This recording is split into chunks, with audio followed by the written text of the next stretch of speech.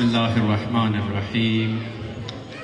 إن الحمد لله نحمده ونستعينه ونتوكل عليه، والصلاة والسلام على رسول الله وعلى آله وصحابته ومن والاه.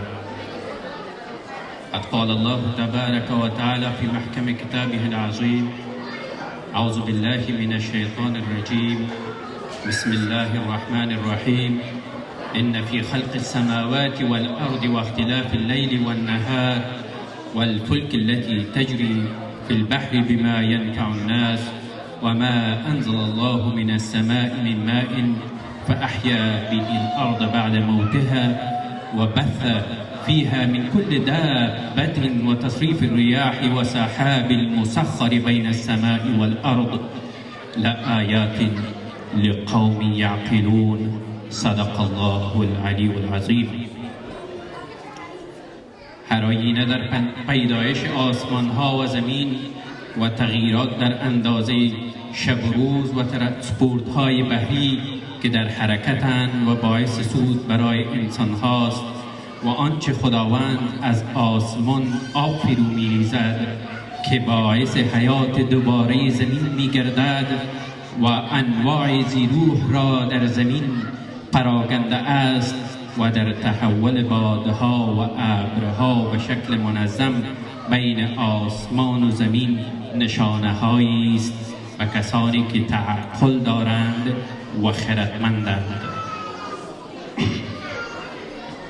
حضار گرامی، برادران و خواهران، السلام علیکم و رحمت الله و برکاته. اجازه دهید تا نخست از همه به نمایندگی از انجمن خیریه نور تشریف آوری شما عزیزان را به این محفل بزرگداشت از احیای دوباره زمین، از حیات دوباره زمین، نوروز باستان و 1396مین سال آزادی پیامبر بزرگ رسول الله صلی الله علیه و سلم از ظلم و ستم مشرکین مکه، یعنی هجرتشان به مدینه، خیر مقدم گفته و از خداوند توانا برای همه شما و کافه امت مسلمه سال 1396 هجری خورشیدی را یکسار پر از صلح و صفا، آرامش و آسایش آرزو نمایم و امیدوارم محفل امروز مورد پسندتان قرار گرفته باشد و لحظات خوبی شاد با هم سپری نماییم و جا دارد معذرت بخواهم از اینکه این برنامه را در مشارکت با بنیاد مولانا در آخرین روزها تصمیم به انعقادش گرفتیم. کمی ها و کاستی های وافری موجود است. شما به بزرگواریتان مورد عفو و بخشش قرار بدهید. ان شاء الله در آینده ها ما در خدمت خواهیم بود. نظریات مثبت و منفی و کارهای شما را ان شاء الله با خود خواهیم داشت و در آینده در ترمیم از او کوشش خواهیم کرد. حضار گرامی، با آن که من خود را کوچکتر از آن میپندارم تا در حضور جمعی از فرهیختگان و چیز فهمان چون شما بزرگواران و علی الخصوص استاد بزرگوار عزیزی صاحب که اینجا تشریف دارند که من بسیار مسائل از ایشان آموخته‌ام و خراسانی صاحب که قلم رسا دارند و سایر دوستان دهن بگشایم، اما به اتکا و لا یکلف الله نفسا الا وسعها و همچنان اگر من برخیزم تو اگر برخیزی همه برمیخیزند. با پاهای لرزان و زبان کلال استاده ام تا باشد یک خورده از مسئولیت پیشگامان و پیشقدمان این بزرگواران را به شانه خود حمل کنم و همچنان یک پروسه یا پدیده تشویقی باشد بر دوستانی که نشسته‌اند و استادگی را مسئولیت یک بخشی از جامعه می‌دانند. این مسئولیت همه ماست تا در چیزی که در توان داریم مصدر خدمت به انسانیت و بشریت باشیم. برادران و خواهران عزیز من با استفاده از فرصت کمی که در خدمت خواهم بود روی دو موضوع به صورت بسیار خلاصه و فشرده اشاراتی خواهم داشت. یک، نوروز و چون چرای بزرگ داشت از آن و به صورت مختصر فعالیت‌های انجمن خیریه نور را در سالهای گذشته و پلان‌های آینده آن و ماه‌های آینده و سالهای آینده خدمت عرض خواهم کرد. روی موضوع نوروز جناب خراسانی صاحب بسیار به تفصیل تحقیقی نموده اند که انشاءالله ما مقالهشان را به خوانش خواهیم گرفت، چون فرصت اینجا نبود و همه را نتانستند بیان بکنن. من میدانم انشاءالله که مقاله پرمحتوایشان را در آینده نزدیک همه به مطالعه خواهیم گرفت. اما من به آیه از قرآن عظیم الشان که خدمت شما تلاوت کردن نوروز را و نظر خود را به اونمو اکتفا می کنم و خلاصه می سازم که تعقل، تدبر و تفکر از نشانه های قدرت الهی کار هر انسان عادی نیست و آنانی که در مخالفت با بهار و تقویم هجری شمسیان بیدرنگ می توان گفت که فرصت تفکر و یا هم استعداد کمتر در تعقل و تفکر دارند. ایشان به جای آن که مسائل خرافی که به نوروز چسب زده شده قد علم نمایند و مبارزه نمایند، میخواهند این میراث فرهنگی را از ریشه بکنند.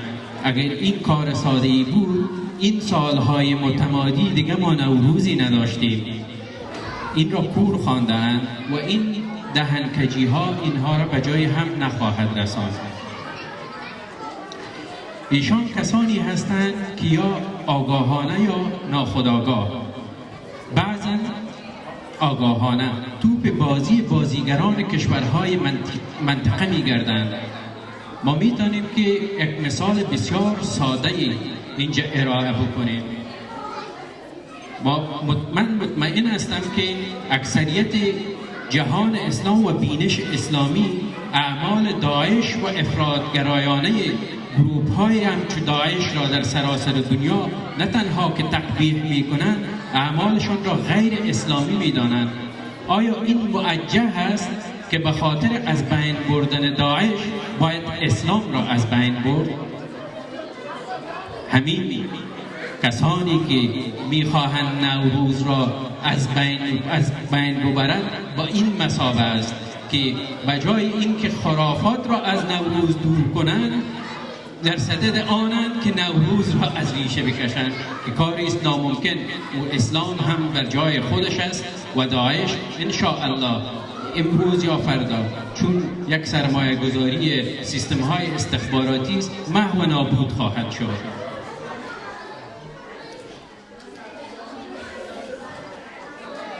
مخالفت با نوروز خود مخالفت با تقویم هجری شمسی است.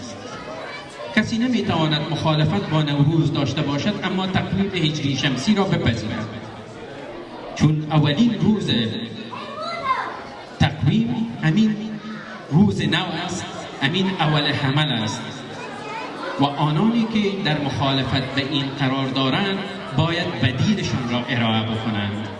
اونهایی که بدیل ارائه کردن ما دیدیم که تاریک اندیشانی بودند که سالهای تاریخ ما نه تاک از دستشان ماند و نه تاکستان.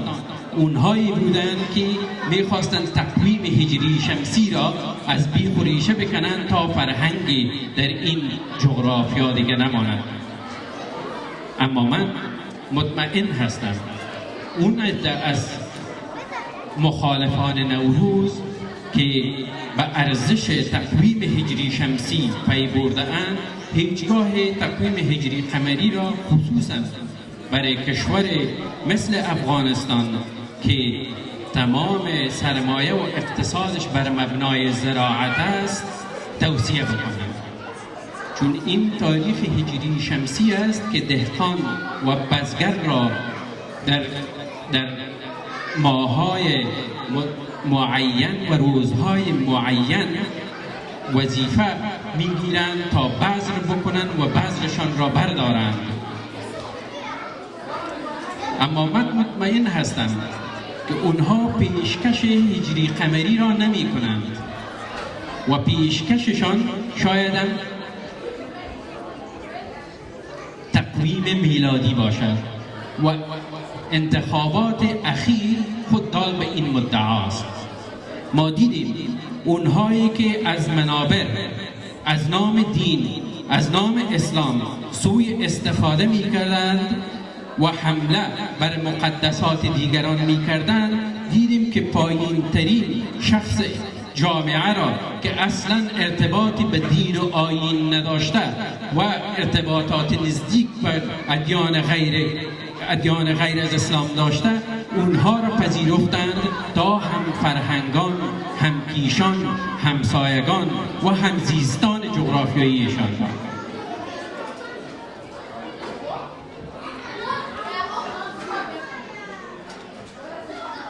حضار گرامی، من دلیل این همه تهاجم‌های فرهنگی را فقط در یک نقطه می‌خوایم خلاصه بکنم و آن این که به هر اندازه‌ای که ما از دین و فراگیری علم دین به دور مانیم، به همان اندازه مورد تهاجم دیگران و با استفاده ابزاری از نام دین قرار خواهیم گرفت. حوزه‌ای که در نشر و گسترش دین از جمله پیشگامان بوده و بزرگترین علما را در دامن خود پرورانیده است، علمای چون امام بخاری علیه رحمه، امام اعظم ابو حنیفه رحمت الله علیه، ابو ریحان البیرونی، سید جمال الدین افغان و امثالشان. ولی امروز ما به بزرگترین گدای علمی و فنی مبدل گشته ایم، چون از دین و فراگیری دین دور مانده ایم. من به عمر کوچکی که دارم نسبت به بعضی از بزرگواران، یک زمان نشر دین بعد از یاد گرفتن قرآن عظیمشان 5 کتاب و حافظ شیراز و سعدی بود و ما بودیم. وقتی که ما میگیم یعنی امی حوزه تمدنی بلاد خراسان بود که بر کشورهای همسایه امروز و یا مناطق همسایه روحانی میفرستادیم تا مردم را دین بیاموزانیم. اما متاسفانه امروز ما دست به گدای محصلین، متعلمین و دانش آموزان دینی خود را به امین کشورهای همسایه میفرستیم و به جای این که دین را به صورت درست و اساسیش پس دوباره بیایند و تقدیم جامعه بنمایند، متاسفانه شکار سیستم استخباراتی منطقه می‌گردند و از دین استفاده ابزاری صورت می‌گیرد و به قل و قم ریشه خودمان می‌پردازند. من تا جایی از تشکل نهضت اسلامی و انقلاب اسلامی در قسمت فراگیری دین و علم دین به صورت مثبت گرایانه می‌نگرم. اگر ما بخواهیم یک مقایسه کوتاهی داشته باشیم، هم نسلان امروزی من، آنانی که فناورند، دکتران، انجینیران، مهندسان، نویسندگان و امثالهم، عصر امروز ما به مقایسه هم مسلکان دیروز قبل از نهضت اسلامی معلومات بیشتر دینی دارند و در قسمت دین تحقیق میکنند و دین را آموخته بالای خود تطبیق میکنند که این یک جنبه مثبت از نهضت اسلامی و انقلاب اسلامی است. اما متاسفانه ما رفته در جریان این سالهای متمادی، خصوصا در سالهای اخیر، به خاطر از این که امین مهر جنگ سالار، مهر نمیفهم تفنگ سالار و امثال هیر از دور کرده باشیم، کوشش کردیم که از دین فاصله بگیریم. ناآگاهانه ما خود بستر خود و ریشه خود را از جامعه بربستیم. این جامعه اسلامی است، اسلام پسند است، دین پسند است و سنتی است و باید نبض جامعه را درک کرد. در این موضوع به همه قدر خلاصه می کنم. و اما در قسمت انجمن خیریه نور، انجمن خیریه نور یک نهاد غیر انتفاعی و اتکا تنها به خیر الناس من ینفع الناس، در محدوده امکاناتش هدف خدمت به بشریت است و چون مسئولیت خدمت از حلقه های نزدیک آغاز می شود و الحق که الحق للقریب گفته‌اند، پس این انجمن تمرکز خدمات درون کشوری را در ابتدا در ولایت باستانی کاپیسا و به خصوص ولسوالی های کوهستان ها و مرکز این ولایت نموده است و اما در بیرون از جغرافیای افغانستان برای خود سرحدی تعیین نکرده و از فعالیت های مثمر آن همه منفعت برده اند. فعالیت های انجمن خیریه نور را در درون کشور و منطقه می توان به صورت خلاصه از دستگیری فقرا، خرید زمین برای احداث مکتب، مساجد، خرید میز و چوکی و امثال ضرورت های مکاتب، مدارس و دانشگاه ها در ولایت کاپیسا و همچنان ایجاد کورس های آمادگی کانکور و امثال آن نام برد. اما هدف اصلی این انجمن در بیرون از کشور و به صورت خصوص در بریتانیا استحکام روابط بین مردم بر محور اجنداهای بزرگ خدمت به بشریت، مساوات، برابری و عدالت اجتماعی بوده است. انجمن نور افتخار دارد که دارای تشکیل منظم نهاد محور و زعامت دورانی بر مبنای حق انتخاب شدن و انتخاب کردن که خود آغازگر مبارزه علیه تبعیض و زعامت میراثی مروج در کشور که همه از چپی و راستی، دینگرا و سکولار بدون استثناء در این عمل غیر دینی و مدنی غرقند می باشد. انجمن نور به این باور است که اصلاحات را دیگر نمیتوان از رأس قدرت و از حکومتداران و قدرتداران و زورداران شروع کرد. آنها انحصار کرده اند و به این سادگی هم رهابیگو نیستند. پس باید تکتیک را تغییر داد.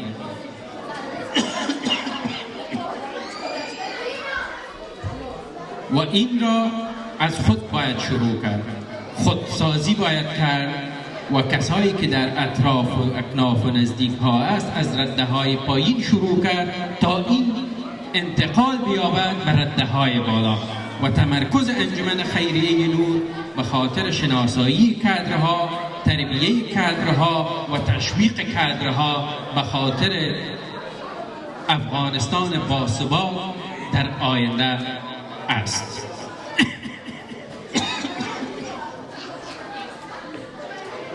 انجمن خیریه نور افتخار دارد که شدیدترین مخالفین سیاسی را گرد هم آورد و مشترکاً مصدر خدمت در محدوده توان خود قرار گیرد.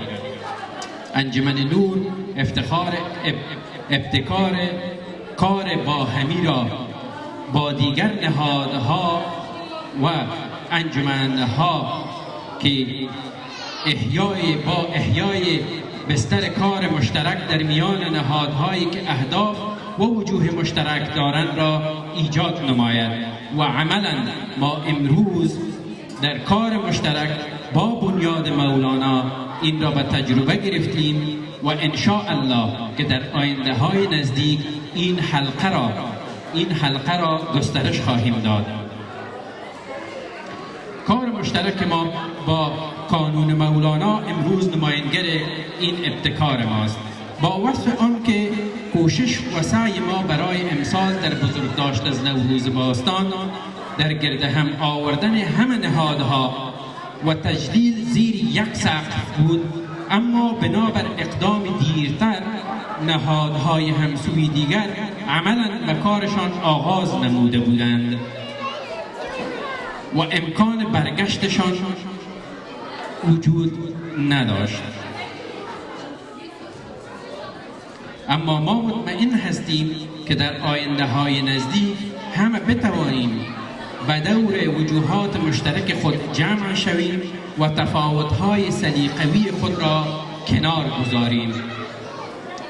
انجمن نور توانسته است در رشد تعلیم زبان مادری یعنی فارسی کارهای ارزشمندی انجام دهد و بقیه فعالیت‌های انجمن نور را در لندن می‌توان معاونت نهادهای همسو، بزرگداشت از روزهای تاریخی و فرهنگی، دلجویی از بیماران و غمدیدگان و در کل بر محور انسانیت و خدمت به انسان خلاصه کرد.